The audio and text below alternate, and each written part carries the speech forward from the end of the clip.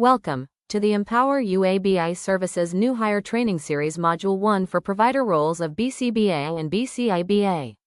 This training module introduces new BCBAs and BCABAs to Empower You's ABI service line, outlining essential expectations and procedures for ethical, effective service delivery. It covers accepting clients and working in home settings, assessment procedures and session scheduling, documentation standards and session note requirements, supervision guidelines and billing codes, use of the ABI Matrix platform for data and communication, key policies, compliance reminders, and support contacts. The module concludes with a required quiz to reinforce understanding and ensure readiness. Copyright notice. Please keep in mind that all content shared today is protected under copyright 2025 by Empower You. We kindly ask you to respect and adhere to these guidelines. Quiz requirement. At the conclusion of this presentation, you will need to complete a quiz. Should you score below 80%, in-person support will be available upon request. Support and engagement. As we move forward, remember that this guide is designed to assist you throughout the process. Feel free to contact the Education and Development Department with any questions or for clarification as needed. You can reach us at educationanddevelopmentu@justempower.me. Your role as a BCBA or BCABA is multifaceted and essential to the success of the ABI services we provide. Let's delve into some key aspects on our agenda. First, accepting clients involves understanding their unique needs and determining how best to support them. When working in home settings, it's crucial to be adaptable and respectful of the client's environment. Another critical component is the assessment process. This is where you gather valuable data to inform your treatment plans. Remember, maintaining ethical guidelines and boundaries is paramount throughout all interactions. This ensures the integrity of our practice and the trust of our clients. Scheduling visits and managing cancellations effectively are also vital parts of your role. Accurate visit notes and comprehensive treatment plans are essential for tracking progress and adjusting strategies as needed. Lastly, do not hesitate to seek support from colleagues. By focusing on these key areas, you will be well equipped to fulfill your role effectively and ethically. Today, we're diving into the core responsibilities that define your position and the impact you'll have on those you serve. Firstly, conducting initial functional behavioral assessments is your gateway to creating individualized treatment plans. It's about understanding each individual's unique needs and crafting strategies that are tailor-made for success. Next, the importance of consistent data is paramount. You'll need to input behaviors, replacement behaviors, and skill acquisition programming into our ABI Matrix platform. This is crucial for tracking progress and making necessary adjustments. Furthermore, supervision is key. As per BACB regulations, ABCBA provides 2 hours of supervision for every 10 hours of ABA therapy. For BCBABCaBAs, coordination is essential to ensure a minimum of 5% of fieldwork has supervision. This not only supports your growth but also enhances the quality of care. Communication is your ally. Weekly interactions with parents and biweekly contact with care managers help maintain alignment and support. Remember, it's a collaborative effort, and working with other providers enriches the client's experience. Lastly, continuous learning keeps your skills sharp and relevant. Stay updated with ongoing education and professional development to deliver the best for your clients and yourself. Together, these elements form a robust framework for your role. Embrace them, and you'll make a meaningful difference in the lives of those you work with. Thank you for your dedication and passion. Let's move forward and explore the next steps in accepting clients. When discussing our responsibility to youths, it's important to emphasize that our primary duty is to prioritize their well-being and dignity. As behavior analysts, we are trusted to deliver services only in areas where we are thoroughly competent and knowledgeable.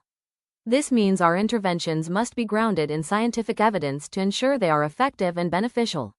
Next, let's focus on competence. We must always strive to maintain high levels of expertise, practicing strictly within our areas of specialization. It's vital to seek supervision or consultation when necessary, ensuring we provide the best possible support to those we serve. Integrity is at the core of our professional conduct. Acting with honesty and avoiding any form of deception underpins our ethical standards. This integrity extends to all professional interactions, ensuring we uphold trust and respect in every relationship. Lastly, our professional and scientific relationships should be characterized by mutual respect and professionalism. Collaboration with youths, their families, and other professionals is crucial for achieving the best outcomes. By adhering to these ethical guidelines, we not only protect the youths in our care but also enhance the quality and effectiveness of our practice.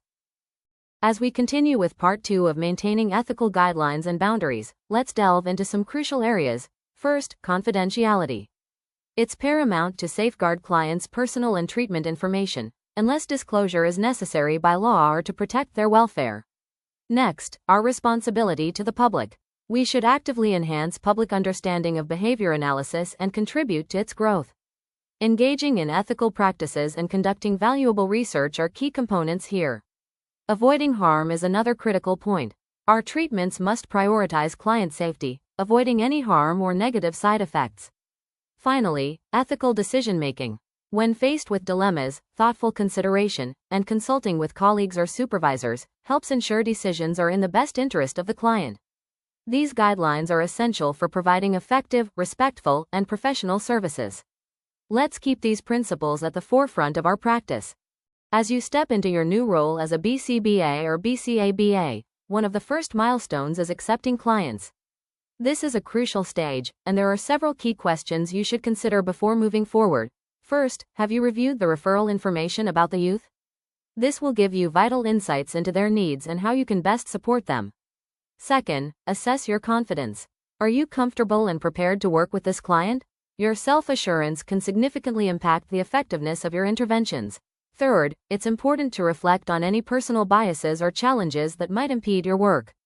Being aware of these factors helps ensure that you deliver the highest standard of care. Next, think about your availability. Are your time commitments aligned with the client's needs? This is essential for maintaining a consistent and effective therapeutic relationship. Lastly, consider the practicality of logistics. How far will you need to commute? Ensuring a manageable travel routine. Remember, these considerations are vital not only for your success but, more importantly, for the well-being and progress of the clients you serve. By carefully evaluating each of these aspects, you set the stage for a positive and impactful professional journey. The assessment process is a pivotal step in beginning your work with a client, and it starts with obtaining the billing code 97151. This code allows you to initiate the initial assessment, where you'll connect with the family to arrange a meeting. Remember, each client's insurance might require different templates, so be sure to access these from Google Drive or the insurance provider's website. If you're working with a cyber client, special training is necessary, so don't hesitate to reach out for support. During the assessment, you'll need to gather consent, conduct interviews, perform both indirect and direct observations, and review relevant documents like IEPs and FBAs. You have 8 to 10 hours for these tasks over the authorization period, so plan your time wisely. Once your assessment is complete, focus on crafting a well-organized treatment plan.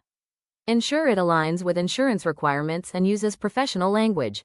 Alongside this, prepare your service request form, specifying the correct units and hours, and coordinate with the ABA coordinator for a potential BT.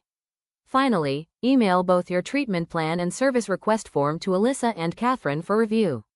This step is crucial to ensure everything is in order before proceeding. Let's talk about scheduling sessions and handling cancellations. First, it's crucial to coordinate a schedule that suits both you and the family right from the start. Remember, flexibility can be key, as session times might change based on the client's needs and the insurance provider's authorization. Once the schedule is set, confirm it weekly. This proactive approach helps prevent misunderstandings and ensures everyone is on the same page. And yes, emergencies happen. If they do, notify your clients about any cancellations as soon as possible. Finally, if you notice frequent cancellations, whether from you or the family, report these to your supervisor.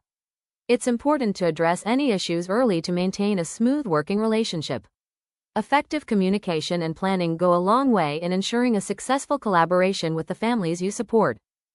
Let's talk about billing codes, which are crucial for organizing our work and ensuring appropriate documentation. Firstly, we have the 97151 code, used for both initial and reassessments. It's essential in the early stages of our client engagement. Next, the 97155 code is for supervision sessions. These are critical for the success of our behavior technicians and ultimately for client outcomes. The 97156 code applies to family training sessions and IEP meetings, emphasizing our collaborative approach with families. For social skills, we have two codes, 97157 for multiple family group settings and 97158 for group adaptive behavior treatment. These sessions foster community and peer interactions, which are vital for social development. Lastly, H0032 covers treatment planning, involving goal assessment and material creation. This is where our tailored client strategies come to life. Remember to always check the weekly and total unit allocations for these codes to stay compliant and efficient. To effectively communicate the visit note requirements, it's essential to focus on the importance of comprehensive documentation for both clinical and administrative purposes. Let's highlight the key elements. Begin by emphasizing the critical role of the assessment and reassessment notes. These documents not only evaluate progress but substantiate the ongoing medical necessity of services. First, under behavioral progress and data analysis, explain the necessity of detailed behavior descriptions and comparisons between baseline and current performance. Highlight the importance of visual data, such as graphs, for illustrating progress in reducing maladaptive behaviors and enhancing replacement behaviors. Next, mention the significance of including comprehensive administrative details. Ensure all recipient information, including identification and contact details, is accurately documented. This section should also incorporate any relevant documents reviewed and provide a rationale for the continued need for services. Under assessments and observations, stress the value of direct observations and the tools used. This data helps tailor interventions more effectively. Lastly, focus on the intervention strategies, emphasizing the need for a varied approach, including antecedent and consequence-based interventions. Highlight the importance of collaboration with caregivers and other providers to reinforce these strategies beyond the sessions. Wrap up by reminding the audience of the importance of ongoing monitoring, planning, and the role of family and team involvement in ensuring a holistic approach to treatment. Remember, the goal is to ensure that all sections are thoroughly completed to support the youth's journey and maintain compliance with service requirements.